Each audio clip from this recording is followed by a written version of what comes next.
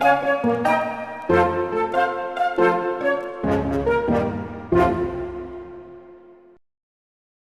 week, we review the population problem, apply it to genetic entropy, then apply it all to the creation-evolution debate, and show how you can know who the creator is in a new rant. This is Genesis Week.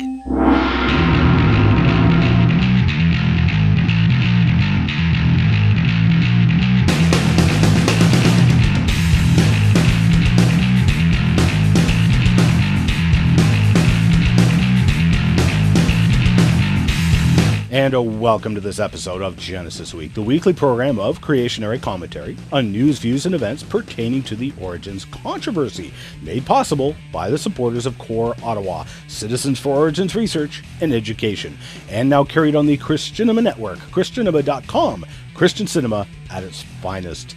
Excellence in Power Broadcasting! We took over my grandmother's basement for this week's broadcast, so we can continue to bring you the information the anti-creationists don't want you to see or hear, and giving glory to our creator while doing it. Remember, if you get lost in cyberspace, you can just punch in wazulu.com or genesisweek.com, and you will find us. And also subscribe to our YouTube channel to get extras like Crevo rants and full interviews with our guests. I'm your host, Ian Juby. So I was raked over the coals again recently on Facebook for Crevo rant number 71, the population problem. I once again had to remind myself to be patient, not get frustrated, because undoubtedly I am frustrating some of you viewers with what I say. I'll again try to be respectful, but at the same time I hope you don't mind my being blunt about the facts. I'll let you watch the rant on your own for fun, but I will recite a couple of points here for the discussion. I pointed out that the world's population fits spectacularly with observed population growth statistics and the biblical timeline. Now, if we start off with 4 couples who survived the near extinction of the entire human race at the time of Noah's flood, about 4,500 years ago, we'll arrive at our present 7 billion people with an average growth rate of about 0.46%. Now, typical growth rate in recent years has been 1.092%. So our needed figure is actually a little conservative. I was first criticized for using an exponential growth rate. Yeah. Technically, the math I used was a compound interest formula. What formula would you expect to use? The data, the scientific evidence, the facts show an exponential growth rate. Yes, there's variation on that line. So what? Wars, famine, and pestilence is already incorporated into that chart. The overall big picture clearly shows an exponential growth rate. So why then would certain people not use an exponential growth rate in their discussion? The only people who do not use an exponential growth rate are those trying to defend evolution and deep time. Dr. Anderson put it succinctly in last week's show. Evolution is used to calibrate the data. Evolution demands a fudge factor to make the data fit evolution. Watch what happens when you attempt to invoke deep time. This chart is straight off the Wikipedia page. Though the chart fits beautifully with the biblical timeline of the human population starting 6,000 years ago, evolution assumes people have been around for some 200,000 years. So just when you think the graph would hit 0, evolution and deep time demand the insertion of a number of unrealistic assumptions, like a near extinction human population with a growth rate of 0 for some 190,000 years. Now, this part of the chart is based on actual data. This part is either extrapolated from the data or a reasonable guess based on archaeology. And this part, forced by evolutionary theory and deep time, is based strictly upon the demands of deep time and evolution. Now, the skeptics, of course, claim there was an explosive population growth somewhere around 10,000 years ago or so with the advent of agriculture. The previous hunter-gatherer lifestyle would limit the population. It's also suggested an alleged beneficial mutation occurred that allowed the people to leave the sea as a primary source of food. Now, I cannot overemphasize how many assumptions, guesses, and wishes are packed into that short sentence. The timescale itself is calibrated by evolutionary assumptions and deep time. It's assumed that humans did not partake in agriculture from the beginning. There's a subtle assumption that our ancestors were stupider compared to us. It assumes there was no population growth for 190,000 years. Now, you are certainly welcome to assume all this, and you are certainly welcome to believe it, but please notice this is imaginary data, an absence of evidence. Using the same amount of land we use today with our modern growing and harvesting practices and harvesting equipment, the historic native Indians figured out ways to grow 3 times the amount of food we do. I go into some details in my response to TLD on YouTube. Suffice it to say, it is strictly an assumption that we did not always have agriculture, and an assumption that our ancestors did not know agriculture better than we do. It's also an assumption that is in direct contradiction to the biblical account of creation, where God put the first man and woman in a garden to till the garden and to keep it. Furthermore, the critics completely ignored the second significant point I made in the population problem rant. Where are all the graves? If we do use the unrealistic numbers provided by the skeptics, you still have an incredible number of graves of people. The evolutionary timescale dates some graves found at 130,000 years old. That's a long time ago. So, people were burying their dead along with artifacts, etc., for at least 130,000 of those 200,000 years. Extrapolating population numbers, we arrive at about 164 graves for every square kilometer of dry land on planet Earth. Dry land which includes the mountains, swamps, bedrock, and places where nobody would bury a body. So the concentration is, of course, much higher for the land available for burial. Now, even if you assume that all the bodies simply rotted away, you would still find artifacts and other evidence of graves. Again, the skeptics will attempt to explain all of this away, bringing us back to my main point again. You are arguing from an absence of evidence, not because of the evidence. May I suggest, it is not the graves that are missing, but rather the assumed deep time. I say all that to say this. In order to accommodate evolution in deep time, you must produce imaginary data, wild and unrealistic speculations, and argue using evidence that is absence. All the while, the biblical timeline requires no fudge factoring whatsoever, and in fact, just plain fits the evidence. The Bible fits the scientific evidence. Evolutionary theory and deep time does not. Interestingly, these assumptions of population stasis and explosion cropped up in a Nature paper this past week. I like the way David Coppedge put it, the human genome is in meltdown. Many of you will recall Crevo Rant number 78, the boat that don't float. The main point was that the human DNA is deteriorating, and fast. Geneticist Dr. Jonathan Sanford, co-inventor of the gene gun, and a former evolutionist, now turned young Earth creationist, exhaustively documented this DNA deterioration in his book, Genetic Entropy and the Mystery of the Genome. Basically, each generation is accumulating minor errors in their DNA, errors that are missed by the DNA repair systems, but don't cause catastrophic genetic failure, better known as death. The errors are passed on to the next generation, which accumulates its own errors, which passes the old and new errors on to the next generation, and so on. This continual collection of errors replaces the information in the DNA with noise. Eventually, there is no information left on how to build nor maintain a human body, and only genetic noise. And the human race dies. Evolution requires the gaining of information, but genetic loss is what is observed, and it is happening so fast that we could not have been around for hundreds of thousand years because we'd be extinct. A paper by geneticists from 4 different universities came out in the January 10th issue of Nature.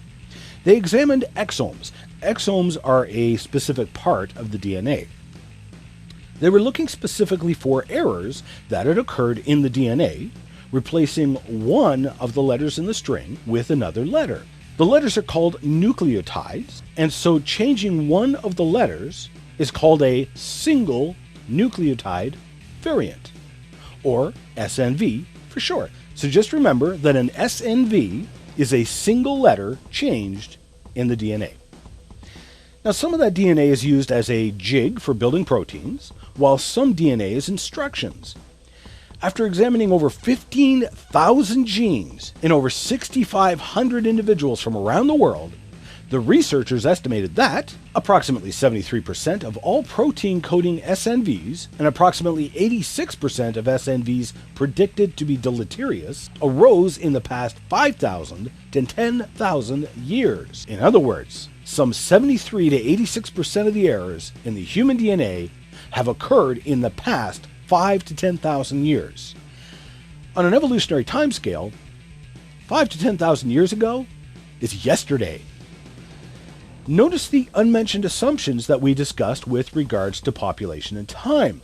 The researchers assumed the dramatic increase in DNA errors was caused by a population explosion in the last 5 to 10,000 years. This Nature paper dramatically confirms again what Dr. Sanford has been saying. Our DNA is deteriorating, and quickly. If all these errors occurred in the last 10,000 years, how then do you expect the human race to evolve? Adding 190,000 years to the picture doesn't produce human evolution. It only multiplies the accumulated errors by 190-fold and produces human extinction. This is a very loud genetic alarm clock.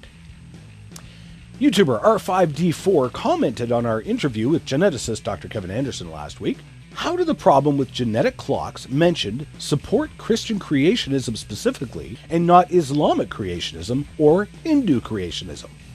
I'm so glad you asked, R5D4. That question is not directly answered by genetic clocks. However, let's find the answer to that question in Crevo Rant number 15, the Flying Spaghetti Monster. A question I get asked all the time is, okay, if there is a God, an intelligent designer, which God is it?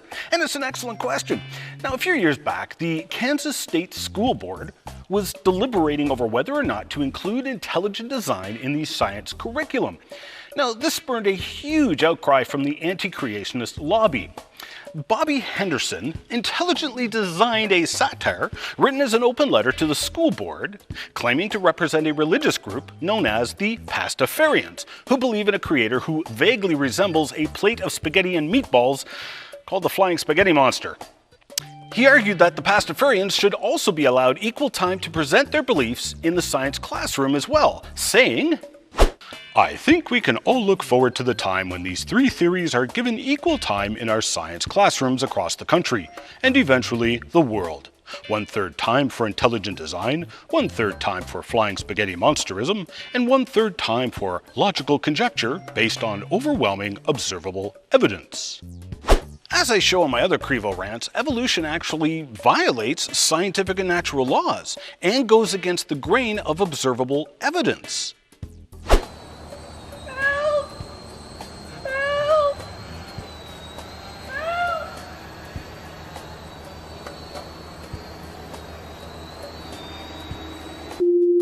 Question: was this intelligently designed or the result of unguided natural processes? Now, obviously, it had a creator, and you just logically deduced from the observable evidence that this machine had a creator. You just used the scientific tool of intelligent design. See Crevo Rant number 121 for more details.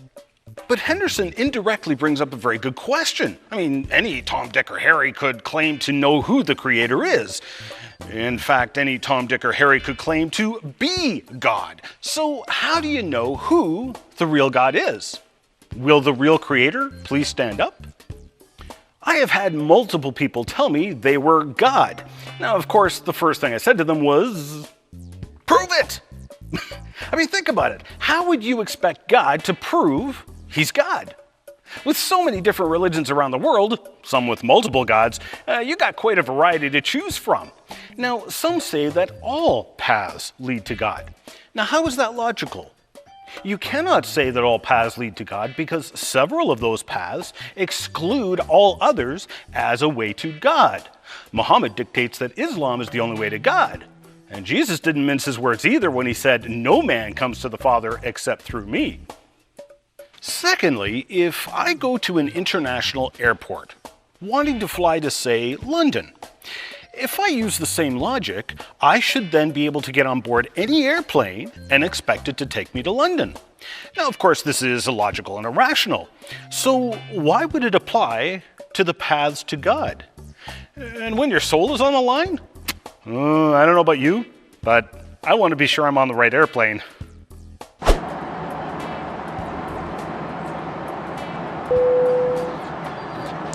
Ladies and gentlemen, I'm Captain Louis C. Ver, and on behalf of White Knuckle Airlines, we'd like to welcome you aboard Flight 666 on our one-way flight to the Lake of Fire.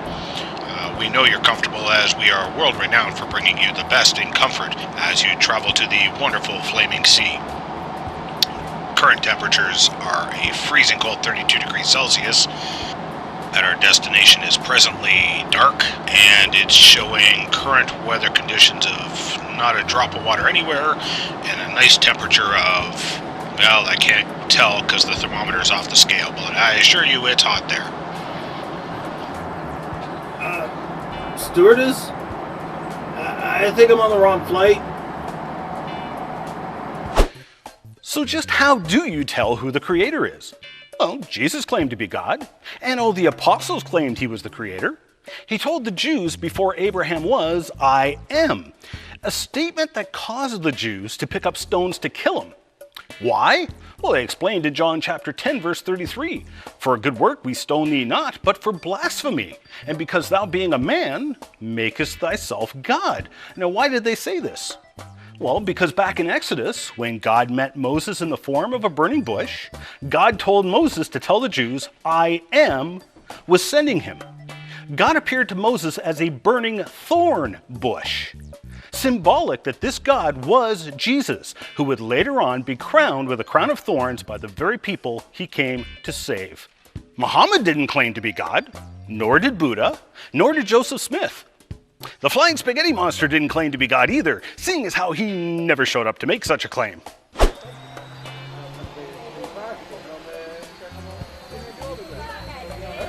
Hi, I'm your creator. Hey, where are you going? Come back! I'm your God! Come back! Jesus proved he was God with so many miracles that even his enemies didn't deny them. It's claimed that the Buddha might have done a miracle or two, but those reports are sketchy, even to most Buddhists. Muslims admit that Muhammad performed no miracles. Lenin never performed any miracles. And of course, the Flying Spaghetti Monster has never performed any miracles to prove he's God either. I can walk! Muslims will claim that the Quran was a miracle. Muhammad miraculously received the Quran from God. Well, now wait a minute though. That's what Joseph Smith claimed too, that he miraculously received the Book of Mormon from God. Yet both books mutually exclude the other as being from God. So how do we know which one is right? Or are they both not from God? How would you know? Muslims acknowledge that the Quran contradicts itself multiple times, but claim that if it does, the more recent writings are to be considered correct. Now, understand that from the perspective of someone outside of the Quran, trying to judge whether or not it's God's written word, we would not expect God to contradict himself. and so we would conclude that it was not from God. The holy writings of Joseph Smith have also changed over the years. Smith claimed that the Book of Mormon was more accurate than the Bible. Yet there has been thousands of corrections to the Book of Mormon over the years. Was the Book of Mormon accurate or not? When a book which is not even 200 years old has been corrected by its followers thousands of times, then you'll please understand why we would conclude it is not from God.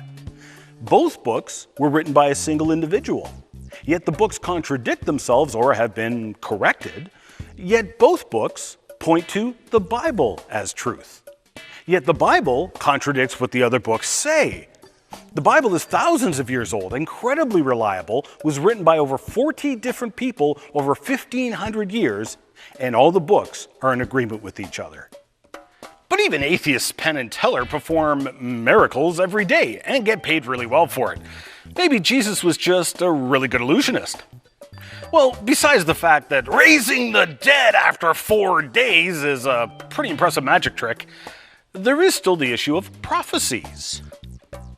Jesus fulfilled over 400 specific prophecies, including being born of a virgin, where he would be born, where he would die, how he would die, that none of his bones would be broken in the process, and that he would be betrayed by a friend, and how many pieces of silver he would be betrayed for.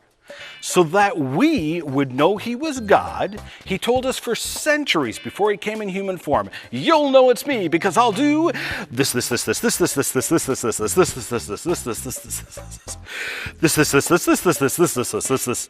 get the point. There was no prophecies of Muhammad, nor Buddha, nor Lenin. And what did the Flying Spaghetti Monster do? As the great prophet Bartolomeo wrote in 666 AD, in the days of King Theodoric the Great, thus and thus saith the Flying Spaghetti Monster to me, write thou in the scrolls, and prophesy at the door of Vinny's. You, O Vinny's, though thou art the least of all family restaurants, and Tuscany the least of the cities of Italy, from thine stovetops shall arise unto me he that is to be the ruler of Italy. The Buddhist scriptures in Cambodia also contain a prophecy of a coming Holy One. Even Buddha himself pointed to what was obviously Christ as the Savior, a prophecy fulfilled 500 years after the Buddha said, "The Holy One who will keep the world in the future will be like this. In the palm of his hands and in the flat of his feet will be the design of a disc. In his side will be a stab wound, and his forehead will have many marks like scars. Do not look for salvation in the old way. There is no salvation in it for sure. Quit the old way, and there will be a new spirit like the light of a lightning bug, which will come down from the sky above to live in all of your hearts." Even Islam and the Quran points to Jesus as being a true and great prophet. But either Jesus is true or he is a liar. He left no room for any other way to the Father. Lenin said, "A lie told often enough becomes the truth." Buddha said, "I'm a student of life searching for the truth." Muhammad said, "Unless God covers me with a cloak of mercy, I have no hope." Jesus said, "I am the way, I am the truth, I am the life." He finally proved it by rising again from the dead. Buddha didn't. Muhammad didn't. You can go visit Lenin's body, it's still there. And the Flying Spaghetti Monster?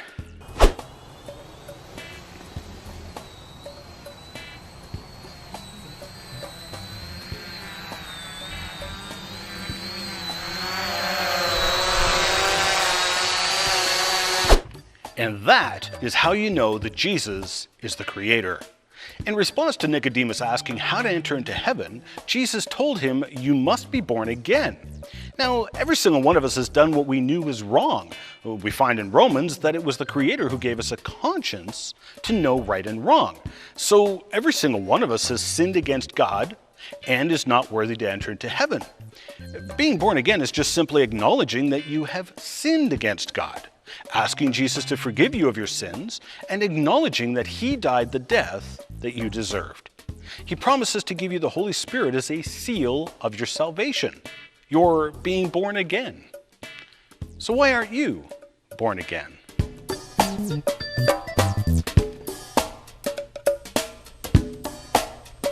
This program is sponsored in part by Genesis Park, found at www.genesispark.com, where we say dinosaurs are living evidence of a powerful creator. And by Canada's first permanent creation museum in the heart of Alberta's dinosaur beds, the Big Valley Creation Science Museum, bbcsm.com. And by you, our financial supporters. What does the Bible say about aliens? Is there life on other planets? What can science tell us about the possibility of aliens? Ian Juby gives answers to these and many more questions in this fascinating and highly disturbing subject. Looking analytically at the subject, complete with the testimonies of people who claim to have been abducted by aliens. The answers will probably surprise you. In this 1.5-hour lecture, Ian shows that the alleged aliens are a problem and that Jesus is the solution. Order online today at Ian's bookstore.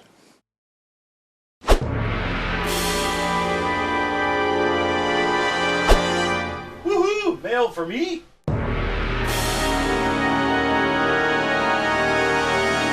I got a letter from Raymond in California. Ian Creation Ministries International shows this in their brochure, Can You Tell the Difference Between Evolution and Natural Selection?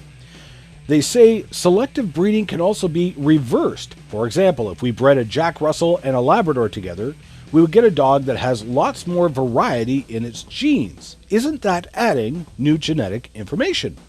Excellent question, Raymond. Thanks for writing in. The brochure in question was talking about dog breeds, much like I did in episode 14, Ring Around the Species. You know, where incredible effort was made to evolve the world's most useless dog, the Chihuahua.